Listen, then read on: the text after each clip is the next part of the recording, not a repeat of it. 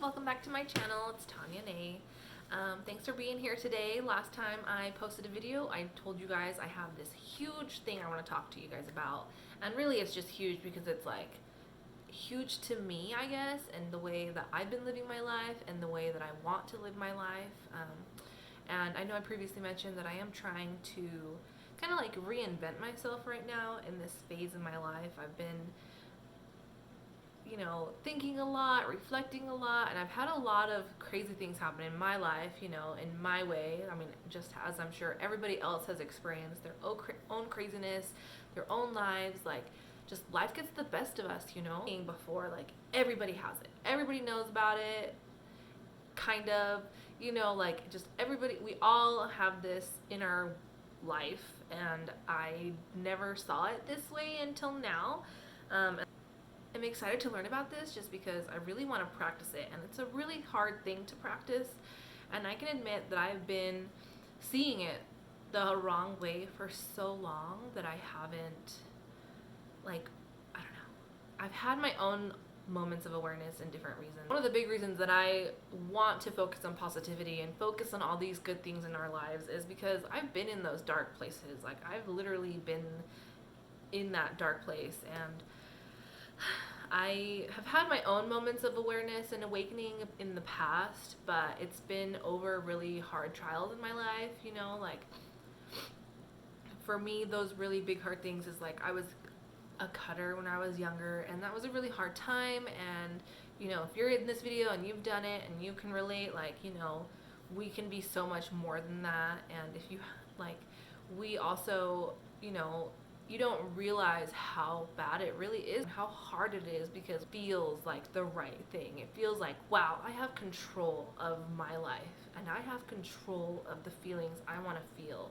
And doing this, like, self-destructive behavior, essentially, it's gonna help me. I know it's gonna help me, and it's gonna make me feel better, and, like, yeah, you feel better for a moment, but it's not worth it, because then you just spiral back into that horrible mental state that you're already in. And like, I got out of that, and it helped me open some of the doors to what I have become. Okay, so this thing I want to talk about, it's about ego.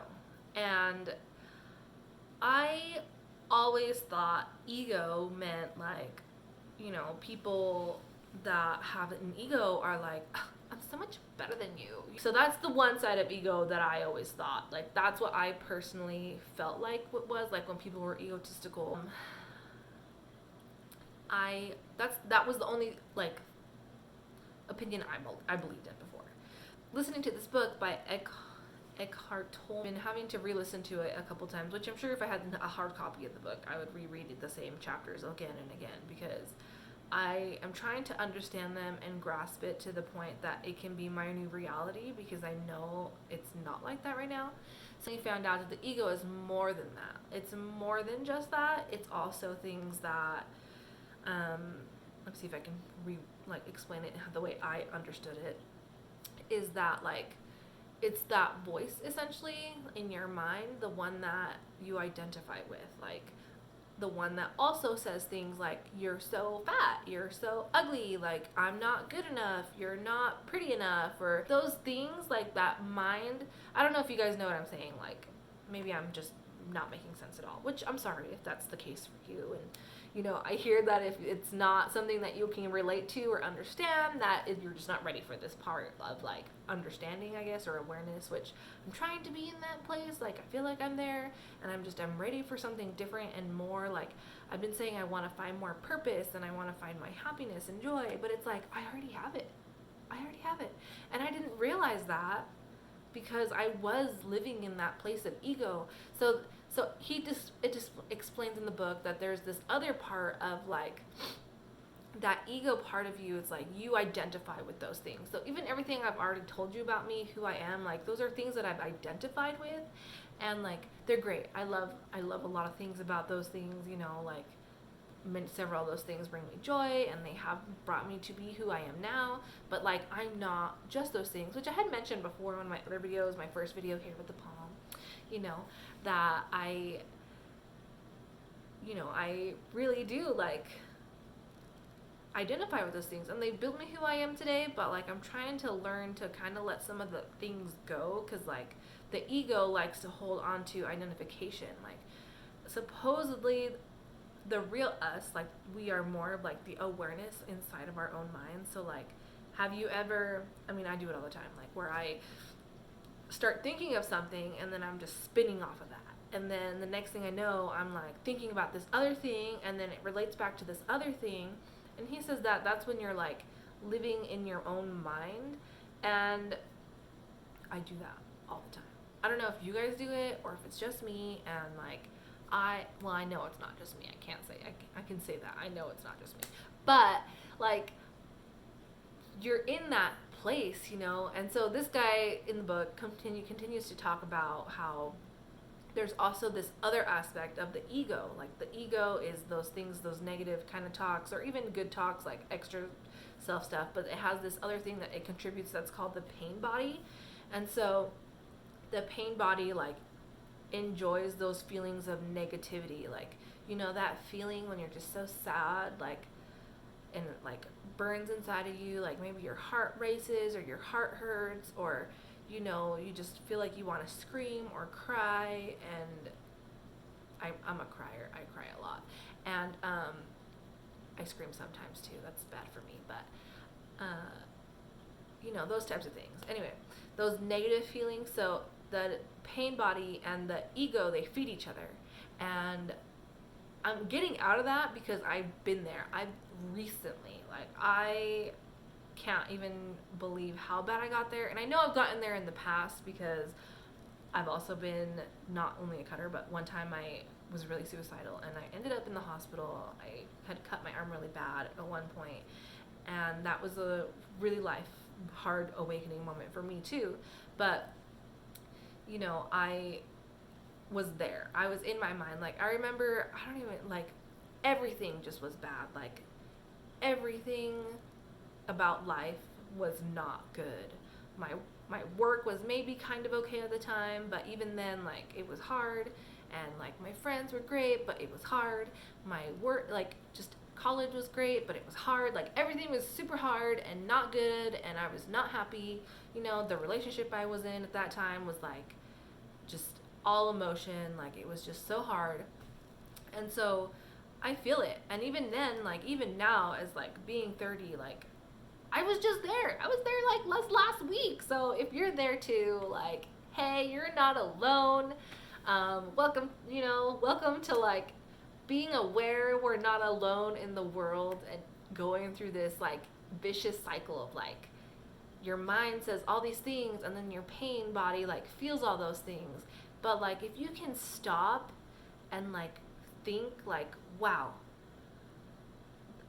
I'm thinking all these things, but I can notice, like, you have all these thoughts running, right? But then there's like this back part of your mind that's also like, wow, I keep thinking about those things. That person back there, that's you. Like, does that make sense?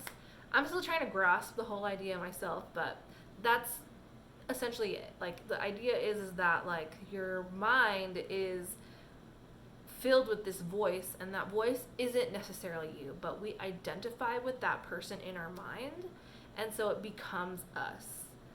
But it's really like a role that we're playing. Like, that's a, you know, it continues on to talk about like how we all play separate roles. You know, like, you have that role of like mom, daughter, husband, wife, sister, aunt, uncle. You know, I'm a CNA, you're a doctor, or you're a athlete, sports person. Like, you have all these roles that we're constantly trying to identify with, which, you know, it's interesting to think that, because like, yeah, I totally have that, especially now that I'm a new mom. Like, a lot of women I know, like, we struggle with finding that identity of who we are outside of being moms, because like, we're our own person too. Like, that's just a role that our ego wants to play to like kind of keep us in this like, this is what I'm supposed to do because I'm your mom, or this is what I'm supposed to do because I'm the mom, or this is what I'm supposed to do because I'm, you know, the rebellious young teenager right now, or whatever situation that you feel like you're in, that's like, you can kind of tell you're acting one way because like, you're trying to fulfill whatever role it is that you see in your mind. Does that make sense? kind of, no, maybe so. Let me know in the comments what you think, if it makes sense at all to you, or if you're playing a role, or if you can relate for any reason. Because, I mean, I've played so many roles, and I'm trying not to be playing a role here. I hope you guys know I'm trying to be authentic. I have this, like, joy inside of me. Like, I can tell that I've been in those places, and, like, that's the thing is, like, having that awareness, it's like we're supposed to focus back on right now, like this moment. Wherever you're watching from, like, let's just take a couple big breaths together, like, you know.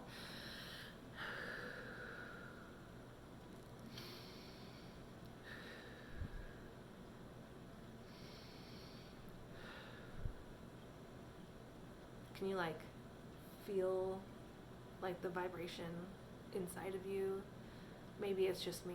I mean, of course, it's just me here right now, but wherever you're watching from, like, maybe you can feel some of my vibration too. But we all have that, like, calm place in our mind and, like, our moment right now, because the ego is very into talking and thinking about, I should say, because it talks to itself, like it's your own mind speaking, right?